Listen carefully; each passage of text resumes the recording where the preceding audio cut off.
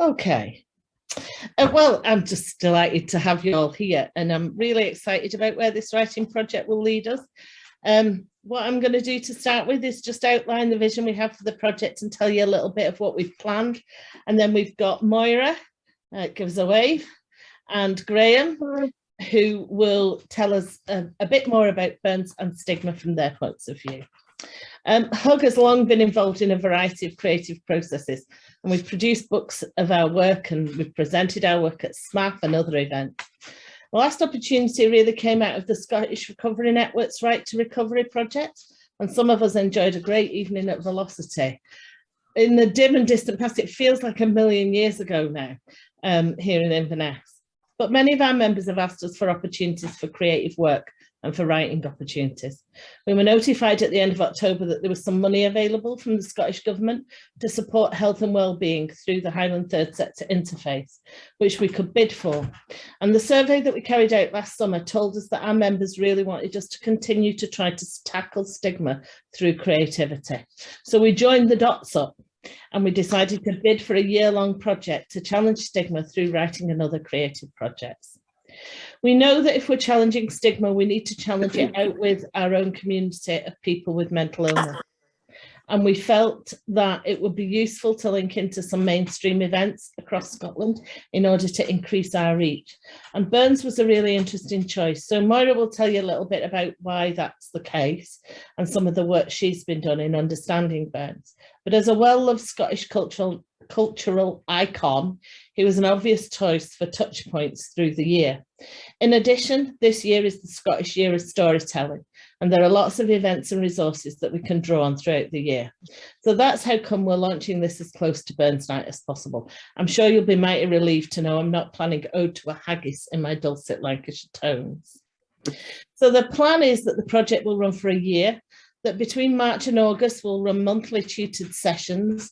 These will have a different focus each time, and we'll have a range of different ideas, and we're working with Moniac Moore to identify tutors and opportunities.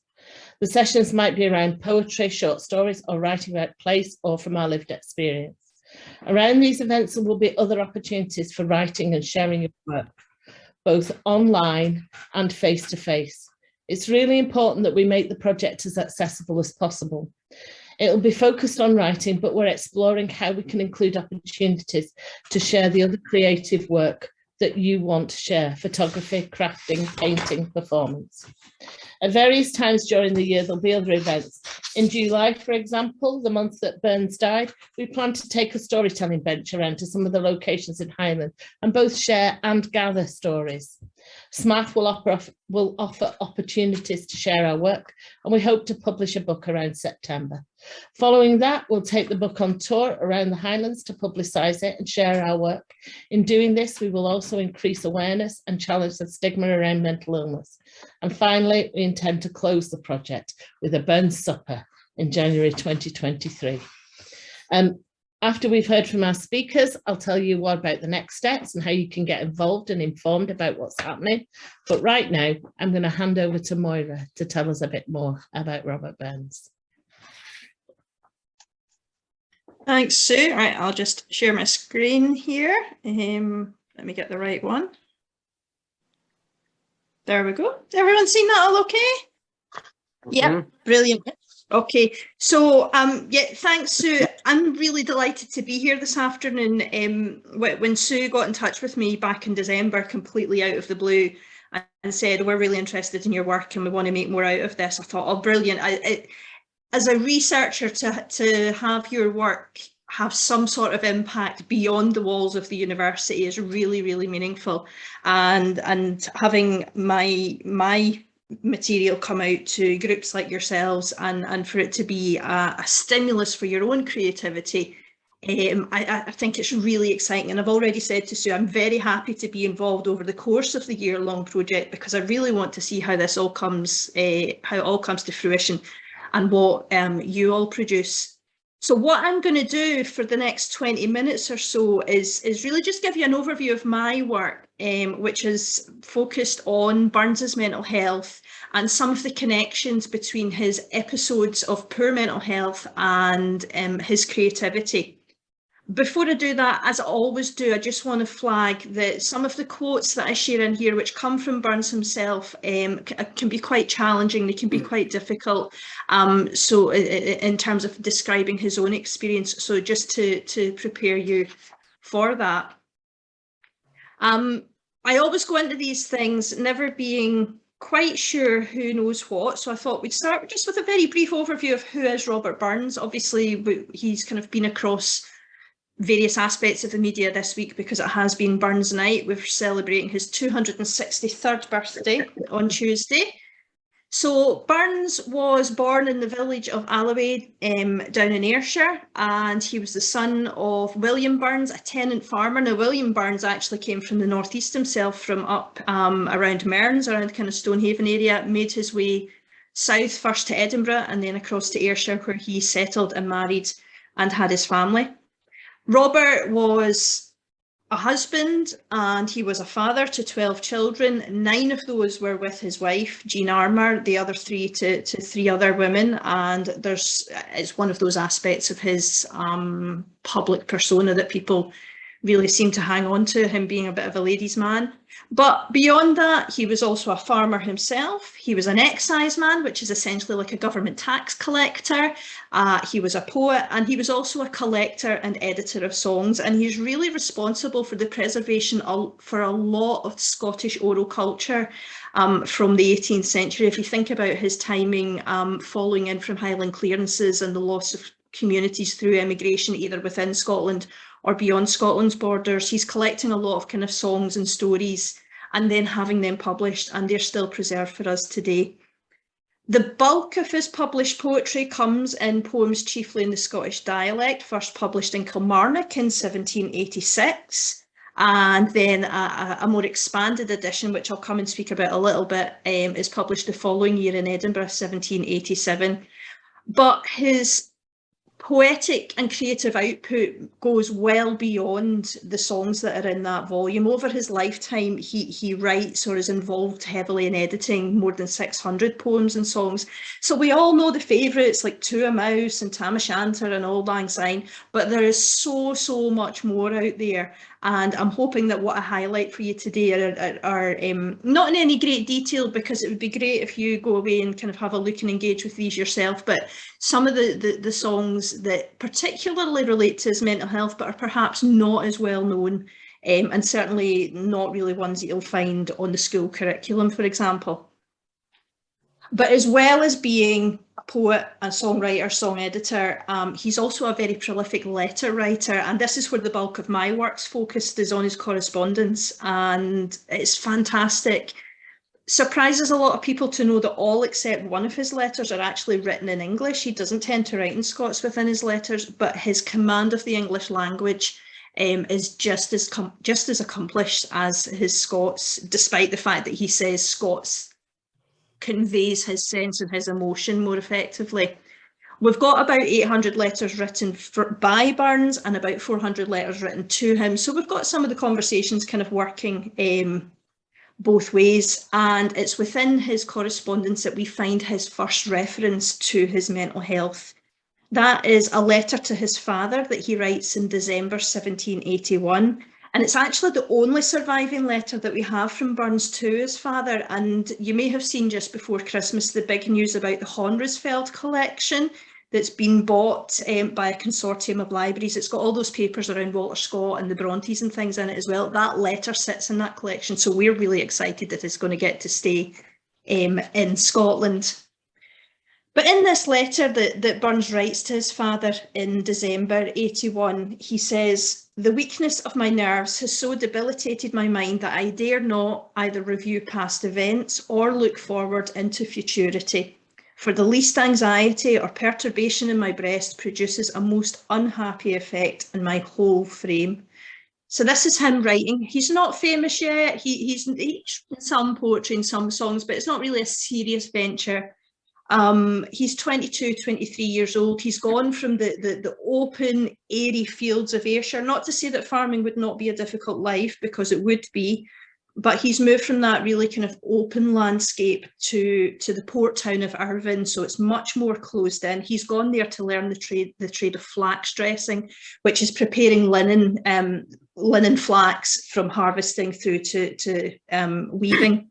And so he's working in an environment that is dark, it's noisy, it's dusty, it's completely different to what he's used to. And as you can see in this extract from that letter to his father, he's really talking about any inability to see the future. And it just gives you an idea of the dark, dark places that his mind has gone to at that point in time. And this is really quite a significant development, because we have, from his brother Gilbert, reports of Burns as a teenager kind of being somewhat withdrawn at times and in what they called a melancholic mood. But by the time we get to this point in Irvine, this is really the first significant episode of what we probably now term clinical depression. That's not a term that Burns would have been familiar with. He would describe it as melancholy, or in this case, because he's talking about having physical side effects, hypochondria. He would have upset stomachs and headaches related to his low mood. But it's clearly a very frightening experience for him, and clearly a very serious one, because a doctor visits him 6 times over the course of 8 days, and we don't have an NHS. Doctors' visits have to be paid for, so and he wasn't well off. So this gives you an idea of kind of how serious this actually was. But Irvine is a really important place for Burns creatively. This is the Glasgow Vennel in Irvine, and the little you can just see over the road, it says Pine Cottage now. This was the heckling shed that Burns was working in that 1781 period, and it would have been it would have had flooring, so the roof space would have been a kind of hayloft, and for part of his stay in Irvine, at least, that's where he slept, over where the coalman kept his horse. So as you can imagine, not really a very nice environment at the best of times. But whilst he's in Irvine, he meets someone called Richard Brown, who is a ship's captain, and he's really encouraging of Burns and his poetry, his talent, his ambition. It's Captain Brown who first suggests to Burns, why don't you think about publishing these? And that kind of gets something going in Burns's mind. He also, whilst he's in Irvine, encounters the works of Robert Ferguson, an earlier 18th century poet, but significantly a poet writing in Scots. And suddenly this is a whole world opened up to Burns. I can write, and I can write in my own language. And bearing in mind what I said about Burns feeling like Scots being the way that he can express himself, it then seems almost natural that it's poetry that Burns turns to at this point in his life, where he's having this really difficult, frightening experience, and uses his poetry as an outlet to kind of start to explore that. And so if we look at the titles of some of the poems that are written around and immediately following this period in Irvine, you can see from these titles alone that we're talking about something really quite dark for Burns. They reflect the sentiments that you see expressed in that letter, the idea of, you know, the prospect of death, of not being able to look to the future. But if you read these poems, most of these poems are published in poems chiefly in the Scottish dialect, but in a different order. We don't have manuscripts for these poems, so we don't know exactly what order they were written in. But the order that I've suggested here, if you read them through in this order, what you can actually see is a narrative starting to emerge of Burns beginning to kind of understand and reconcile himself to what's happening. So it starts off, first of all, really with him saying, why me, God? What have I done to deserve this? And he's almost begging for release, whether that is God relieving him of his symptoms, or whether it is the end of his life. It's a really, really very dark, very troubled. I don't know what's going on here, but I know that I want out of it somehow. But as you move through these poems, you then get a certain kind of sense of saying, right, okay, God's chosen to inflict these on me for whatever reason. I don't know what that is, but it is my duty as a good Christian to bear that. If God sent it to me, there must be a reason, and I've got to trust in that plan. And I've got to then kind of bear it. And so you see him using his creativity in this way as a means of trying to understand and come to terms with what's happening to him. And this is something that we see in other episodes in Burns's life, particularly here. This is Edinburgh around the late 18th century. Again, we're talking about it being a very noisy, dirty urban environment, very closed in, very different to what Burns is used to. Poems chiefly in the Scottish dialect is published in April of 1786 in Kilmarnock, and it's then suggested, because it gets good reviews and it's becoming popular, that actually he goes to Edinburgh and he seeks support for publishing an expanded volume with more works in it and a bigger print run. And we see from a print run of just over 600 copies in Kilmarnock to over 3,000 in Edinburgh.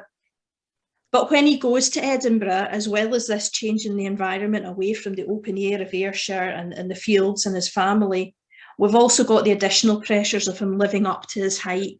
He's got to socialise with those that are above him in station. He's got to keep on their good side. He's got to make sure they're going to come through and they're going to support him in terms of promoting his poetry.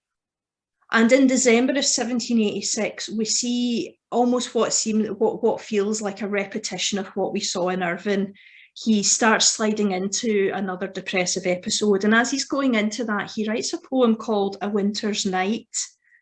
And this poem, it's in 3 parts. It's like in 3 movements. And you can read it. The first one is him being aware of and starting to enter into that period of depression. The middle section is actually being within that and experiencing it, the sense of his creative voice being far off, his creativity's dampened, and he doesn't know what to do or how to get himself out of it. But then it's only the final 8 lines, that final 3rd section, it becomes really triumphant. There's a cockerel crowing and the sense of a new dawn and hope and light and triumph in having survived that experience. So it's a poem that's not kind of hugely known, but I think there's a really very personal autobiographical sense in it, and it's definitely one that I'd recommend you kind of go and have a little bit of a look at.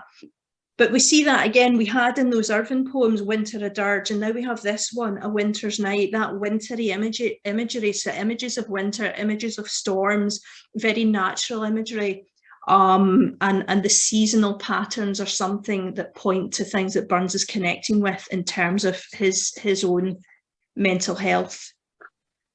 But there is another side to Burns's moods. They're not always down, they're not always dark and awful places to be.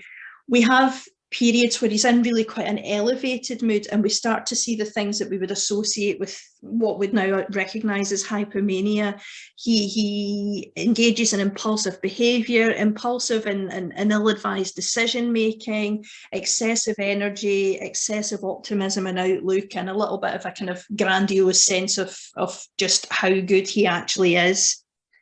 And a really striking example of this comes in March of 1788. The image you're looking at here, it's a somewhat romanticised image, but this is Ellisland Farm, and you might have seen some of it on the news at the beginning of the week where they've been doing some new studies. This looks all very pretty, but the farm itself does actually sit this close to the river. It's very picturesque. In March, in the run-up to March of 1788, Burns was absolutely, I'm going to get a commission with the excise, a good secure government job. That means I'm going to have a regular salary. I can put a roof over the head and food on the table for my family, totally secure, exactly what he needs for a growing family. And then he goes and takes the lease for Ellisland.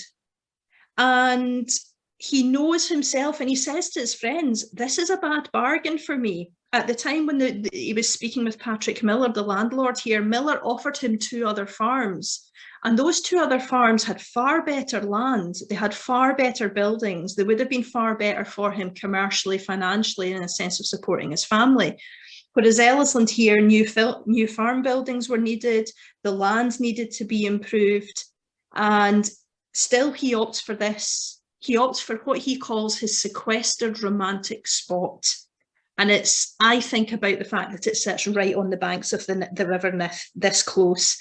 The room in the house that he chooses to work in is the room that looks out over the river. And he regularly spends time, there's the great story about him allegedly writing Tam O'Shanter in a single day, walking on the banks of the Nith.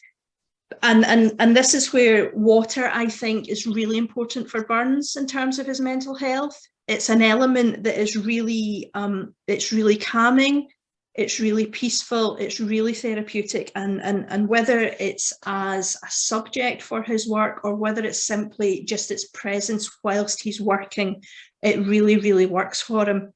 And I've done another little project with a colleague who specialises in linguistics, looking at all of Burns's water-related language and his correspondence, and it's amazing how much of that relates to letters where he's talking about his mental health. And so we get images like really calm pools and meandering rivers and tumultuous seas and watery abysses. He really connects a lot with what's going on in his head with variations of water, and predominantly rivers and streams, not so much the sea, but the rivers and streams. And if you think about this as someone coming from a farming perspective, where the water that runs through the land is going to be important, that kind of makes sense.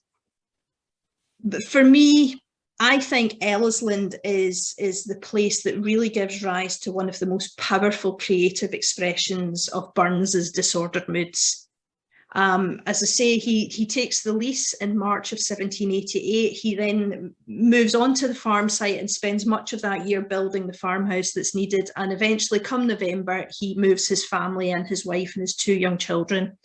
But he very quickly realises just how hard a bargain it is that he's taken on. Within the year, he has to take on an excise commission. So he's farming at the same time, and he's working for the excise to make sure there's money coming in to put food on the table. And by the end of 1789, so having been in the house been on the site maybe 18 months, it's really beginning to take its toll. And he writes to a friend, Francis Dunlop. He writes, "I am groaning under the miseries of a diseased nervous system, a system of all others the most essential to our happiness or the most productive of our misery. For now, near 3 weeks, I have been so ill with a nervous headache that I've been obliged to give up for a time my excise books, being scarce able to lift my head, much less ride once a week over 10 muir parishes." Frances Dunlop's a fascinating character for another day. She's my little passion project. She's an older woman who starts out as a patron and a supporter of Burns, but she becomes a really close friend and a confidant, and she's the person that he's probably the most honest with when he writes about his mental health issues. And so we can see here in what he's writing to her, he's being really open and really honest, and we can see how serious this is. If he can't go out and work for 3 weeks, he's not earning. The farm's not being worked as it should, and that's a really serious issue for a family who are so financially precarious. And that winter of 1789 into 1790 is probably one of the worst episodes of depression that Burns experiences. Now, not to put down the seriousness of that, he does seem to turn around fairly quickly. And around, by the time we hit the summer of 1790, he's feeling much better. And we're going from one end of the spectrum to the other end, and we're starting to see the evidence of that elevated mood state and periods of what look like hypomania. And so at one point, around the beginning of August, over the course of a week, so a 7-day period, he manages to ride those 10 muir parishes. Now that's about 200 miles on horseback in 3 days. Every single day, completing 3 sets of excise accounts. He writes a lengthy report that has to go to the excise court in Dumfries at the end of the week. But before he goes to the court at the end of Dumfries, at the end of the week, he manages to stop off with his pal, have a really good drinking session, and then go to Dumfries and do 2 days in the court there. And also somewhere around this period, his wife Jean falls pregnant, and within the same 2 to 3 week period, local barmaid Anna Park also falls pregnant. So we're definitely seeing here someone with those elevated energy levels, the risky and inappropriate behaviour and decision making, elevated libido, these can't be denied. But what we also see is a real stimulation in his creativity. That period seems to be brought to an end by an episode of what he calls quinsy, a really bad kind of infectious sore throat, takes to his bed for a few days, gets up and has this massive burst of creative energy and produces one of his best known and his best loved poems, Tam O'Shanter. And that's the poem that Burns himself says is the real peak of his creative output. Now, there's been many, many readings of Tam O'Shanter, and Tam's experience at Alloway being a warning about drinking too much, or the risks associated with chasing the pretty girls or dabbling with the supernatural. But I would suggest that you could also read it as a poetic dramatisation of Burns's experiences with his disordered moods. If you think about how the poem opens, Tam's warm and cosy in the pub with his pals. His drunkenness is akin to that kind of slightly elevated mood. He feels good. He feels, in his own words, victorious. But it's a transient state. It's inevitably going to end. And at that point in the poem, Burns shifts from his Scots to English. And some of those most famous lines in the poem, they're in standard English, and the tone's really brought down to emphasise the seriousness. But pleasures are like poppies spread. You seize the flower, its bloom is shed, or like the snow falls in the river, a moment white, and then melts forever. Or like the borealis rays that flit ere you can point their place, or like the rainbow's lovely form, vanishing amid the storm.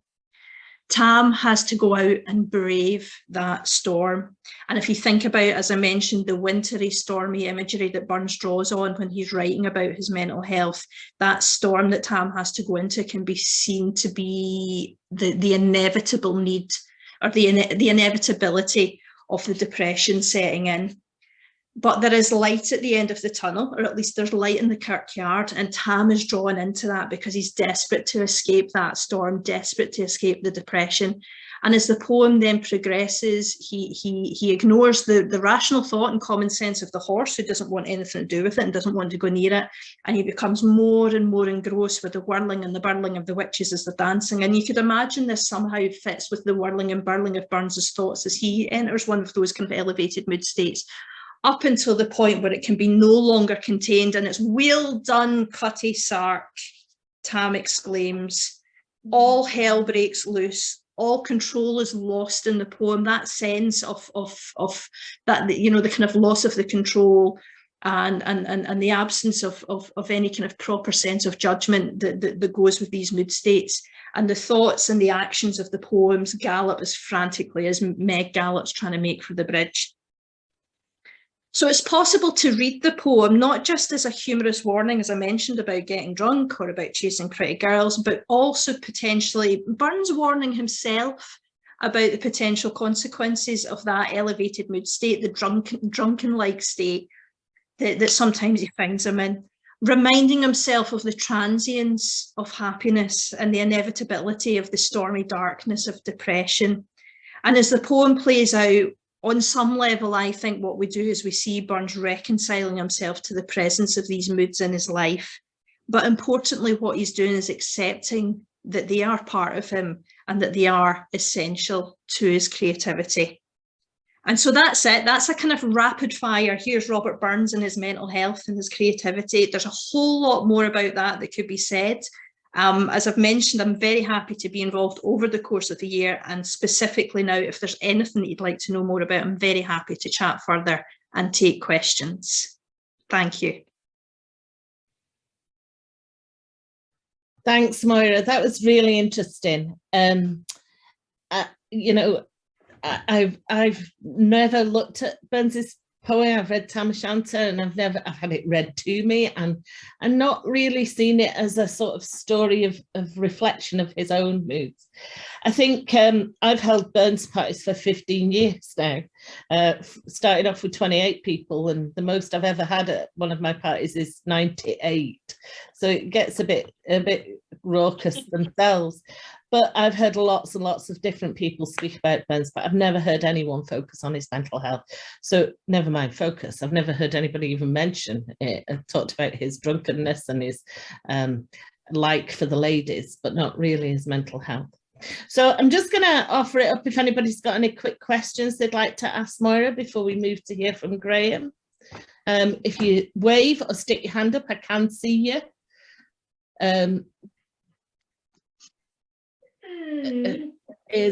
We'll go Michelle. Did I see another hand? No, Michelle, I can't hear you. You're on mute. Alan. You can hear me now? Yeah, Michelle, we'll do you and then we'll go to Alan. Okay. My question was the list of the poems that you mentioned, Moira. Can we get a list from them of the titles? Yeah, so what I'll do, Michelle, is I'll send Sue a copy of my slides after the event, and she can share them out with you. And you know, if you have a look through them and you engage with them, if you're looking for more suggestions for places that you might want to look at, I can put a list together. I've got a few other bits and pieces that I do talk about in my work that kind of tie into this stuff. So yeah, absolutely. Thank you. Okay, thanks, Michelle. Alan? Not so much a question as just a point, and that is that it's known that Robbie Burns was an angler, and it might be interesting to think about that in his understanding of the aquatic environment as well. Mm-hmm. Yeah, his engagement with water's really water's an especially prominent feature. If you look at the poetry that's coming out of the Highland tours that he takes in 1787, and we start getting things like the Banks and Braes and the Burks of Aberfeldy and things, and I would quite imagine that there's definitely, again, something for him in that kind of standing and being with the water, just being a really contemplative, reflective period for him. You know, I think today we'd call it mindfulness, you know, just that being there and being in the moment, you know, and that's been a huge help for him. Thank you. Thank you, Alan, for your question. Anybody else got a question? Well, Tricia? not a question, it's just something that came up today. I didn't get a look at it properly, but in the Edinburgh Evening News, I think, it said something about Burns abusing women. So, but I didn't read it properly, but maybe that's just, you know, comes out as because he was a womanizer. But it's just, yeah. Yeah, this is something that's been a bit of it's been an ongoing discussion. I'm trying to think now. Time's all distorted because of COVID. I think, was it 3 years ago? Just around about Burns' time, there was an article relating to something, Liz Lockhead's reading of a particular letter of Burns. There's a letter that he writes in that kind of March of 1788, where he talks about going back and finding Jean Armour, who he's not yet married, but she's very heavily pregnant. We call it the horse litter letter because he talks about giving her taking advantage of some dry horse litter and giving her a thundering scalade to the marrow of her bones. Lockhead really kind of read this in a very negative way. She read it as almost an account of rape. And there's a real kind of challenge around that because we don't have any account in Jean's own words about what was going on there. And I think what's continued from that is that the Scottish Poetry Library had commissioned 4 women poets to write about Burns, and they really kind of chose to write in response to his relationships with women. And there's a lot made about the fact about he had all of these children by women that he was not married to, but then people are less aware of the fact that all of these children, all of them bar one, he took into his own home and raised. He looked after them. He made sure the mothers were looked after. There's a lot kind of made of, you know, the kind of what we might read as a kind of an emotional abuse now, but it's a really, really grey area, to be honest, Tricia, because obviously one of the issues that we have working with material from the 18th century is that so many women just didn't have their own voice. And so we don't know what their side of the story is. And that's not to say that because we don't have their voice, whatever Burns did must have been okay. But we've also got to be careful to not put words into their mouths. And so his relationships with women, I think, they're very complex and they're very complicated. And sometimes they're not ideal, but sometimes they're quite surprising in terms of how much he does care for those women. And Frances Dunlop, who I mentioned, gets very little coverage because she was 30 years older than him. She was widowed. She had 14 children. She's not sexy. So people are like, oh, we don't want to know about her. She's not sexy. But actually his relationship with her is really fascinating in terms of that conversation that we're having, in terms of how he respected her. And that then carries out into, there are other women where he didn't have romantic relationships, but he has very positive intellectual relationships with them. So he's very respectful of women at points, as well as perhaps less respectful, shall we say. Thank you, Moira. That's great. Okay, well, that's a really interesting mix of questions there, I thought. So thank you for that, everybody. It's always a pleasure, of course, to have Graham with us and to hear what he's got to say. Graham founded HUG 25 years ago, and he currently sits on the board of Spirit and does other things which he'll perhaps tell us about. So Graham, can I hand over to you, and you can talk to us about what you want to talk about today. Hello, everyone. I was asked to talk about creativity and stigma and mental illness, so I'm going to. As usual, I'm being very cowardly and reading from a script because I sometimes lose grasp of what I want to say in one go.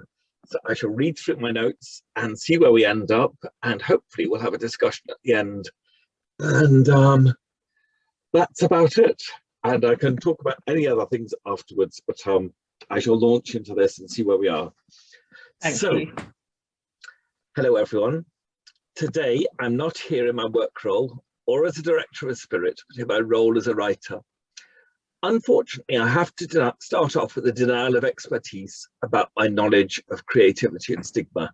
I will, of course, touch on creativity, but I am not remotely an authority on creativity at all, or on stigma, or on mental illness. And maybe that's good, because we might all be able to teach each other from our own perspectives. What I say today is, of course, as always, open to challenge and disagreement and debate. This is especially so because my knowledge of the subject of creativity, as opposed to stigma, relied on a 10-minute Google search one day after I finished work. It's a sketchy and accurate knowledge, but it's informed by my own experience, so maybe it's helpful. My understanding of creativity is that it's about thinking differently, making new connections, finding original thoughts, and that it extends way beyond the arts. Creativity is just as much about cooking a delicious meal as painting a picture or holding a party or carving a sculpture. It can be about telling jokes, dancing, singing, or in my case, writing. As far as I know, I'm not creative, or not particularly. I lack spontaneity or energy or curiosity. I never dance or sing. I never tell jokes or hold people captive with my wit and charm. However, my partner, Wendy, is maybe one of the most creative people I know. If we're walking with the children, she will sing the most ridiculous made-up songs. If she's musing about the weekend, she may design a weird cake or set off on unique adventures. If she is idle, she will scan the internet for things of interest. If she's bored, she'll make up skits about mental health and mental health services that make me giggle and giggle, and then she'll forget all about them. Her life is colourful. Every moment is new, and routine is something she avoids as much as she can. My creativity is more measured. I tend to be cautious and organised and move from step to step with no great leaps. I don't make things up. I don't have great leaps of imagination, but even someone like me can shape and find excitement in the new and odd. For me, I like the shapes that flowers and ferns make. I like the drift of clouds, the sparkle on the sea and the call of the birds. I like the smell of mud and seaweed at low tide. And I like to somehow bring it into some sort of life with photography and words. It may seem the opposite of creativity, but I think it's at work that I'm at my most creativity, when I'm writing a speech or developing a report. I read that for some people, creativity is about getting absorbed in a task to the exclusion of other stimuli. For me, when I'm crafting a speech and shaping the phrases, I lose touch with the outside world. And when I'm lost in writing a report and find myself busy including the voices of people like you and me in it, I focus so much that when I come back to the world, it's as though I've been away in another realm. unaware of what is happening, and dizzy to have to reconnect to the kitchen and the radio, the sleeping dog and the chattering children. I also find it in cooking. I love to cook. I love the smells, the chopping and mixing, the colours, the gift of the food I give to those I love. Most of all, though, creativity is when I'm writing from my heart, and I wish I could explain it to you. There are occasions when I feel I connected to something else. My words feel like music or a river, and fill me with a sense of joy and fulfillment. In contrast to those times when I type away mechanically, and what arrives feels stilted and formal and mechanical and slightly dull and grey. I had heard that rumours some of us who experience psychosis are naturally connected with the gift of creativity, but my swift search of Google seems to imply that our brain chemistry is similar to very creative people, but the more severe our illness is, the more impaired our ability to become. And that instead it's people at high risk of bipolar or schizophrenia, but without the terrible symptoms, who are more likely to be creative. In other words, some of our brothers and sisters, people like that. And I must confess, I find that very irritating. However, I have also found out that the world of creativity is one in which people who experience distress and wild thoughts may be one in which we can sometimes function well and feel at home in. So maybe that's a slightly better perspective. I have heard that whoever we are, that creative activities tend to be good for our sense of well-being. And let me remind you that that doesn't mean that you have to paint a masterpiece. Colouring a colouring book can be just as good, or working out what to make friends and family for dinner can be creative and fill you with good feelings. The last thing I've gleaned from the internet is the value of creative therapies. I must admit I like them, but not so much for the words it allows me to speak, but otherwise I couldn't speak, but for the distraction it provides, and sometimes the warm sense of comradeship that I have sometimes got when making pictures or cards or clay shapes in hospital with my companions. Now, to relate this to Stigma and to writing, I first got involved in creative writing when I worked here with Hug. A group of us spent many years having the great privilege of working with Moira Hansen, Scotland's creative writing centre. We were taught and mentored by famous and talented writers. We spent weekends away, cooking together, talking, writing, and eventually finding the courage to perform our work or make music at ceilidhs we organised and which were organised for us. As time went by, we ran our own writing groups in hospital and the community. We made our own publications and gave performances to each other, but also to others at festivals and the like. I had always been interested in writing, and this, combined with all my writing at work, inspired me to write more and more often for pleasure. Somehow, one day, I started writing. I had no idea I was writing a book. I just found words finding themselves with the urge to write them at 3 in the afternoon or 3 in the morning, basically whenever I was free. After about 9 weeks, I had a morass of words, all heaped together, all untidy, all chaotic. I spent the next 5 years with lots of help reducing them and sorting them into some sort of order and structure, doing edit after edit and rewrite after rewrite, and ended up with my memoir, which is called Start. It's about my life over a year of compulsory treatment for schizophrenia, but shifts between my thoughts of the future and the past. Maybe more than talk of mental illness, it's about falling in love and finding out that the joy that healthy relationships can bring. It's about learning about my family and the effect of my life on those I love. And lastly, it features the natural world and the Highlands, because that is one of the places I am the happiest. And how is this good in challenging stigma? And why do we need to? We all know that the conversation about mental illness has moved greatly since we first started challenging stigma well over 20 years ago in Hug. If you are a celebrity, you almost have to come armed with a tale of breakdown and despair when appearing in the media. With COVID, we have to take account of our mental health and need to look after it in ways no one would have expected until recently. Go on Twitter or Instagram and mental illness and mental health appears everywhere. That is brilliant, but comes with a but. And for me, the but is a very big one, and especially involves those of us who have less acceptable mental illnesses, such as experience of psychosis or of personality disorder.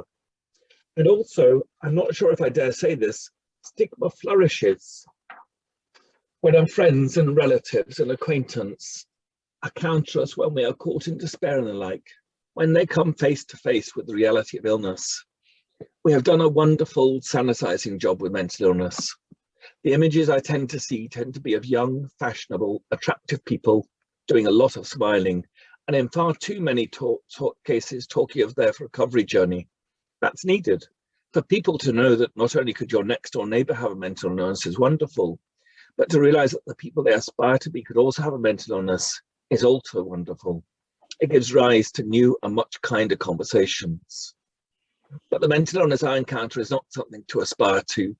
We're not slightly attractive, slightly helpless people waiting to be rescued by wonderful people. We're messy and confused and experience terrible things. The people I know who have experienced horrific trauma do not just need lots of loving hugs to make it all okay, and do not come forward slightly bruised by life to the adoration of others about the heroic journey in overcoming the past. They often come forward horrifically damaged and angry at life. They can hide in alcohol and drugs and shock their friends with self-harm and destruction. In fact, when I say friends, far too many of the people I know and love do not have friends. When you've been brought up to expect abuse, then it's incredibly hard to ever trust other people enough for love and friendship to be a given. And unfair and sad as it is, the way we act out of terrible experiences is often one that leads to us being shunned and excluded.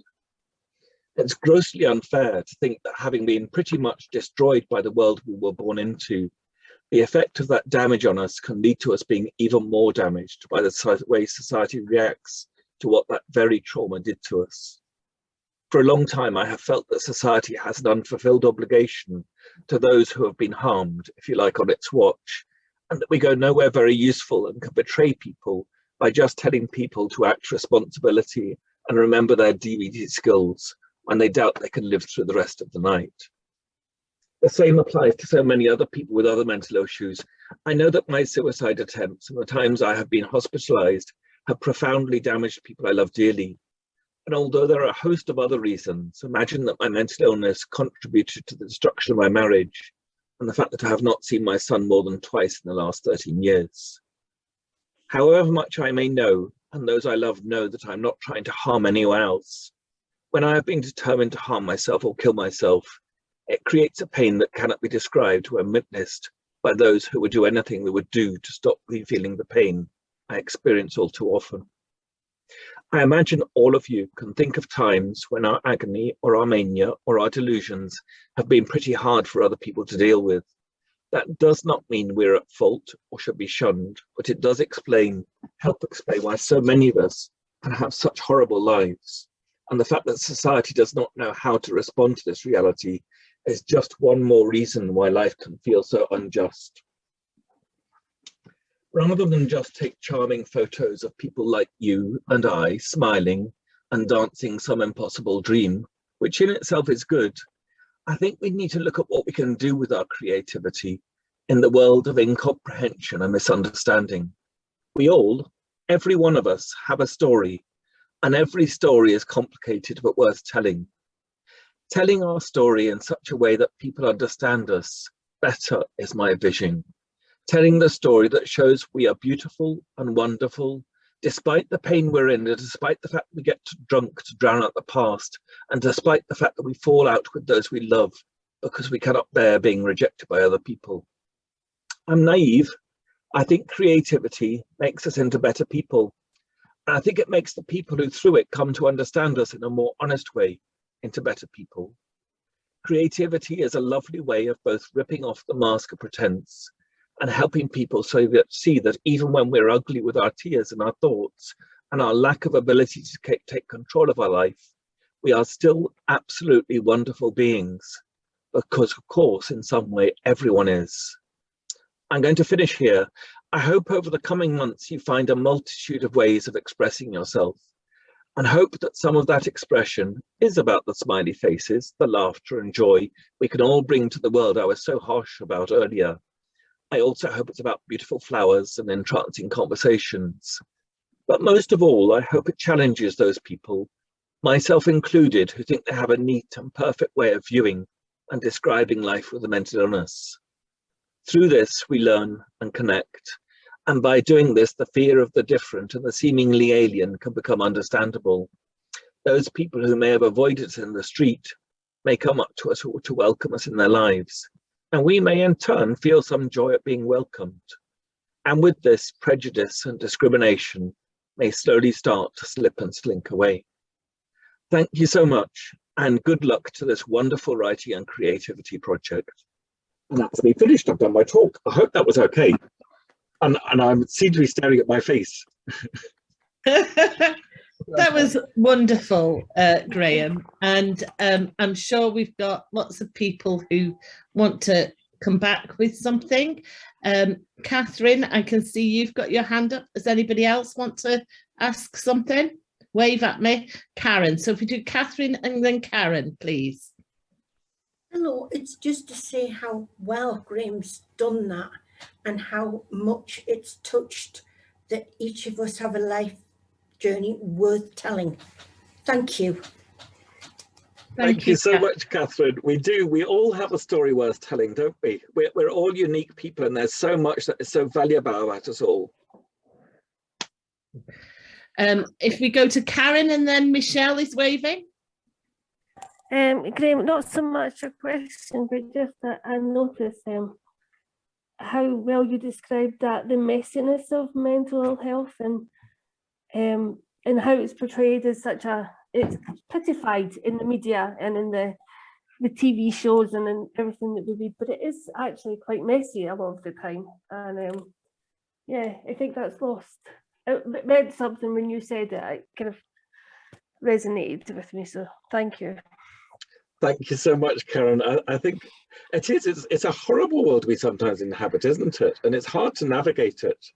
And it's hard to keep hope going sometimes, and especially when we lose friends through the agony we go through, it's really hard to understand that.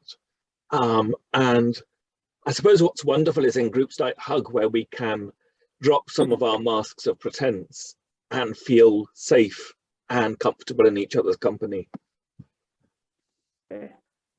Thank you.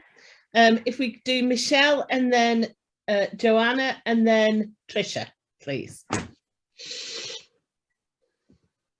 Hi, Graham.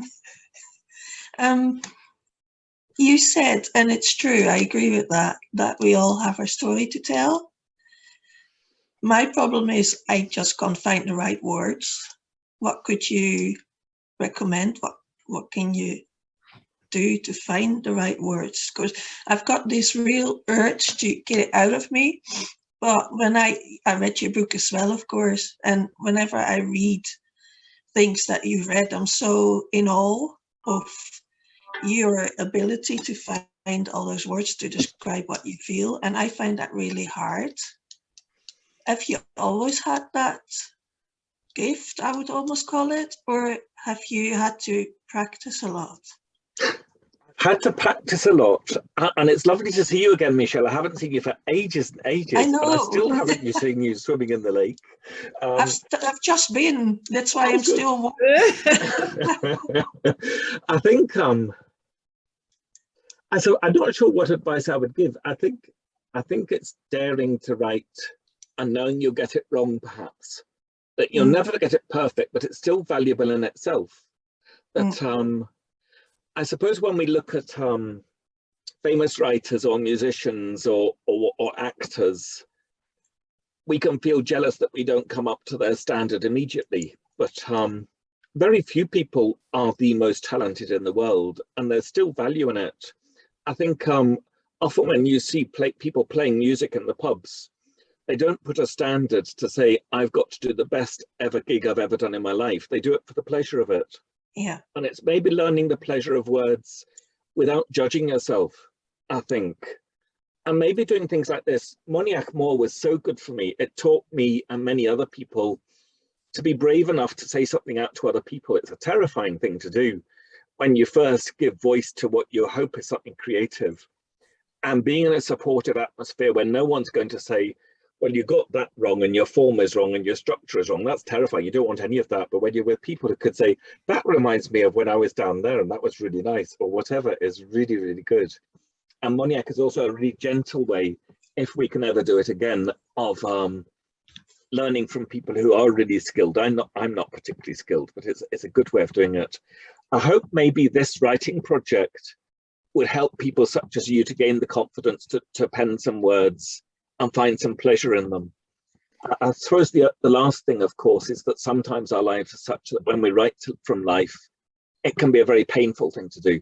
And we can struggle to know how to express very sad things. And I suppose we also need to, when we dare to express ourselves, to look after ourselves when we're doing that too. Does that make any sense? It does. Yeah. Thanks very much, Graham. Thank you. Once we've finished asking Graham questions, I will tell you a little bit about what's planned for the year, Michelle. So you'll see some of the pointers in that as well. Joanna, I think you were next. You had Thanks very much. Thank you, Graham. That was really interesting and inspired, I think. It was just to say, it's not just for Graham, but to ask anyone who feels, you know, we were talking about Burns and how he was very creative when he was quite high. And I know not everybody gets highs and lows exactly, but does anyone feel that they can be quite creative when they're low? Because I surprise myself that when I'm quite low, I can actually write something that I end up quite liking. And it's not necessarily a morose piece either. It can just be quite reflective or whatever. And does anyone find that they've got one mood that maybe helps them? I don't know what you think about that, Graham. I'll start off. I'm not sure when I'm at my most creative. I think it varies for all of us.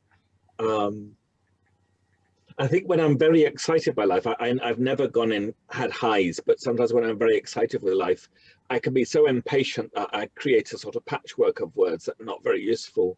So I can see when life is a bit slower, it can be helpful. But I'd be really interested to know how other people, what moods or times of the day or whatever help people write. For me, it's not about mood, but it's having a safe space to write in, and the time to write too sometimes. I live with Wendy and the wee children and have a job, so it's sometimes quite hard to find space. But sometimes I'm at my most happy when I'm sort of sitting in my bed with my laptop on my knees and the radio on, just typing away. It gives me a lovely feeling of safety and just time for myself. Because I think sometimes writing just gives you time for yourself, which is not answering your question at all, Joanna. But I would love to know what other people think of what it is that gives them the motivation or the space to want to write. Does anybody want to have anything to say about that before we go to Tricia? Michelle? Michelle again, sorry. Yeah, I feel the need to express myself when I feel really, really, really down. When I'm happy, I've got other things to do. But when I'm down, you know, I can't talk about my emotions very well, and I usually don't. So then I need to have an outlet apart from the swimming. So yeah, with me, it's mainly when I've got very dark thoughts. Okay, Catherine? Like Michelle, it's when I'm down and struggling that I put pen to paper and things flow and flow and flow. And I've been going to the bike sheds group on a Friday evening, and Dave there keeps telling me I have to share it. I'm frightened to do that. Well, we're hoping we can create spaces to facilitate that, if you like. I write a bit, but I write political and social commentary. So it's usually when I'm furious that I write. It's not always a good read, I have to say. Tricia, you had a question. Come to Tricia. Yeah. No, I'd just like to say it's really moving. I like the way how it's put down. It's like, you know, in a positive way. And it would be good, like, if a lot of other people could see it like that instead of, like, you know, this thing about, you know, it's a mental health thing, and it's like, it just sounds better, like how, you know, that you can, the way that you see it, it's sort of, you know, for family to hear it in that way instead of, you know, like I sort of have a rant about mental health all the time, but it's just like, it would make them sort of maybe think about more about how it really is. So yeah, I think writing can sometimes be a really good way of helping people understand us. I think both people who are distant from us, but people really close to us, because it can be so hard for family to understand, and that can cause so much tension sometimes. And sometimes just some words give the safety and the space to communicate something about us, which makes a big difference. I get what you mean, Tricia. I think that's quite right. Yeah, thanks. Thank you. Karen, have you got your hand up? I do, so thank you. It was just I thought I'm doing some writing with creativity and care, another project, and it's new to me. But what I'm finding is I don't understand myself necessarily, but what I find is by writing, something comes out. I'm like, all right, that makes sense. So that's kind of what I was hoping is an extension of what I'll be doing there to come into this project. So everybody seemed to be saying that they knew their stories and they know how they feel and how to get it out. But myself, I kind of feel like I'm shut off from a lot of my stories. I think that's lovely, because I think we often have no idea what our story is or what we're feeling. We might know we're a bit miserable, but we haven't got a clue why we're feeling miserable. And sometimes it is through conversation, or it is by having the space to wonder where we're going with something we're writing, which maybe 3 pages later ends up somewhere completely different to where we started. And we think, oh, that might be the reason why I was thinking that. So I think that's a really well made comment. Thank you. Okay, thank you. Joanna? Yeah, so just like Karen was saying, I don't know where, well, it's similar to what Karen was saying. I don't know where something's going quite often. And I don't know where it all comes from, to be honest, when I'm writing, because I don't know if other people get this, but you'll be writing something you don't know you had in you, or that you even thought those things until it comes out. It's amazing, but it's interesting, for want of a better word. I think it's quite liberating when you don't know what you're going to say and it suddenly arrives. It feels sort of magical in a way when you have no idea what you're going to talk about and suddenly you have on the page things you weren't even expecting to have there. It's quite an exciting thing. Okay. I'm just going to check. I know we've got Susie and Kyle in the room and they haven't had the opportunity to say anything, and I can't see them because with the cameras off. That's absolutely fine, but I just wanted to give both of them the opportunity to chip in if they wanted to, just in the next, just unmute your microphone and speak if you want to. Yeah, I was just listening to that. It was really good. Yeah, I'm Trisha's son, so I just joined in the background to listen to what you had to say, and I thought, yeah, it's good. Okay. And the stuff about Robert Burns and that, yeah. Thanks, Kyle. Thank you, Kyle. Thank you. Glad to have you with us, Kyle. Okay, what I'm going to do now is, of course, say thank you again to Graham for his perception, his insight, his honesty, and how he can move you to laughter and tears almost in the same piece is something that I'm quite jealous of. So thank you to Graham for that. And Moira, thank you so much. It was really, really interesting to hear about Burns and to think about how, so, you know, so much of that, you know, is new to many of us, I think. So what I'm going to do now is tell you a little bit about what's going to happen next.